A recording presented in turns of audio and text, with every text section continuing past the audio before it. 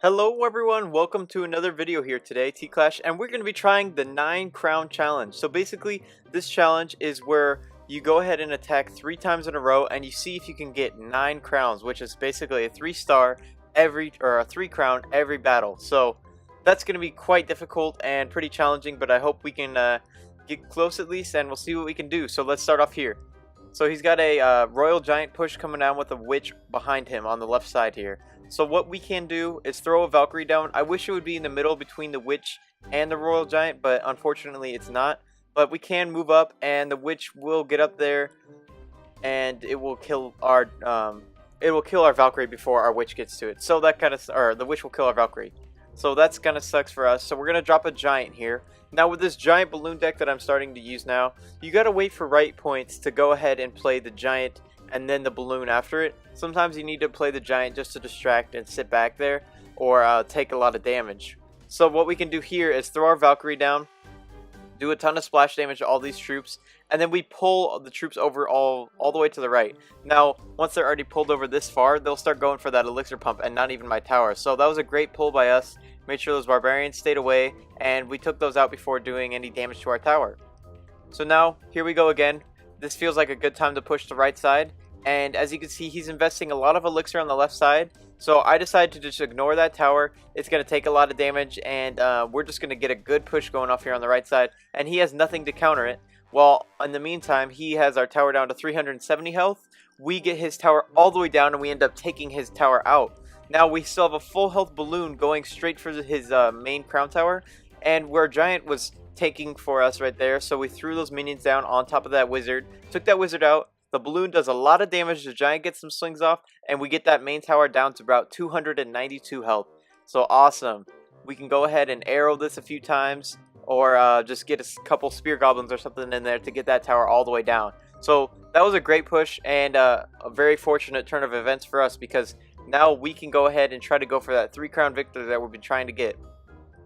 So now after that Royal Giant on the left side does go down, we arrow the main tower and we arrow that princess that he's got in the back there, that pesky princess that will always shoot up anything way far away from it. So these spear goblins right there should be able to get a few spears off, and they get that job done and get that 3 crown.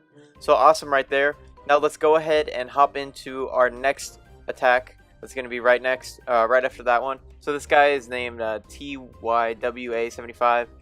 And he's at 2337 trophies, which is decent. I'm trying to get up a lot higher. I always am, I feel like, but you know, the struggle is real. When you try to win, you're trying to get as many trophies and go as high up as you can, but you end up going on losing streaks or anything like that. So that always happens, but just gotta remember, stay with the game, just keep leveling up your troops, and eventually you'll get up there.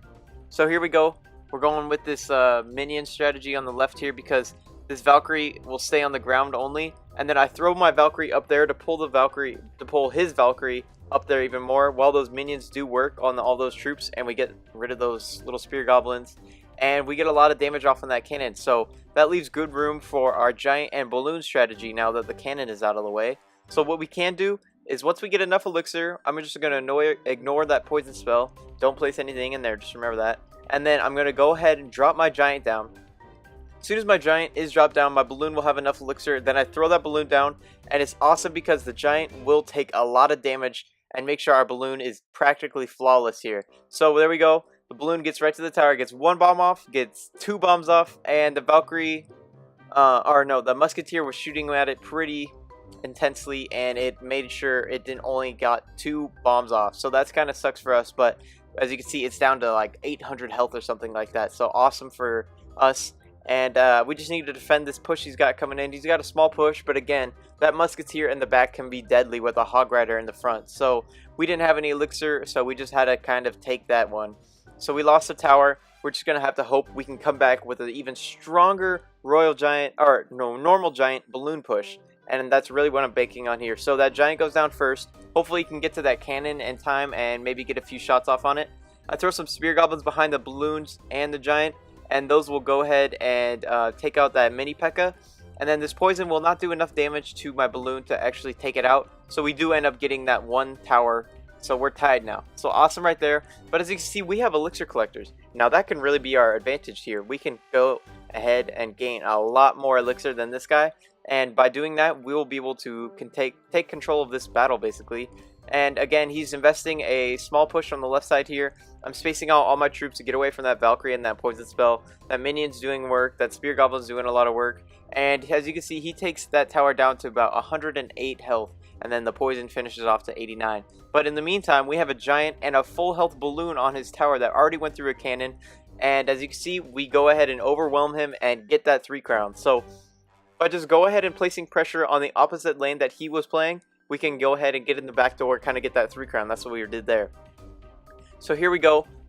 This guy's name is Grumpy. That's a pretty cool name, actually. It's pretty unique. So let's see what we can do against this guy. I don't start off with the ideal giant and balloon, but I don't know why I decided to use a Valkyrie. I guess it'll work fine because it just uses a lot of damage and it's actually 1 elixir cheaper. So it kind of tanked from that Inferno and the balloon went straight to that tower. So that was kind of nice, but we didn't get there in time because we did not have arrows ready for those minion hordes.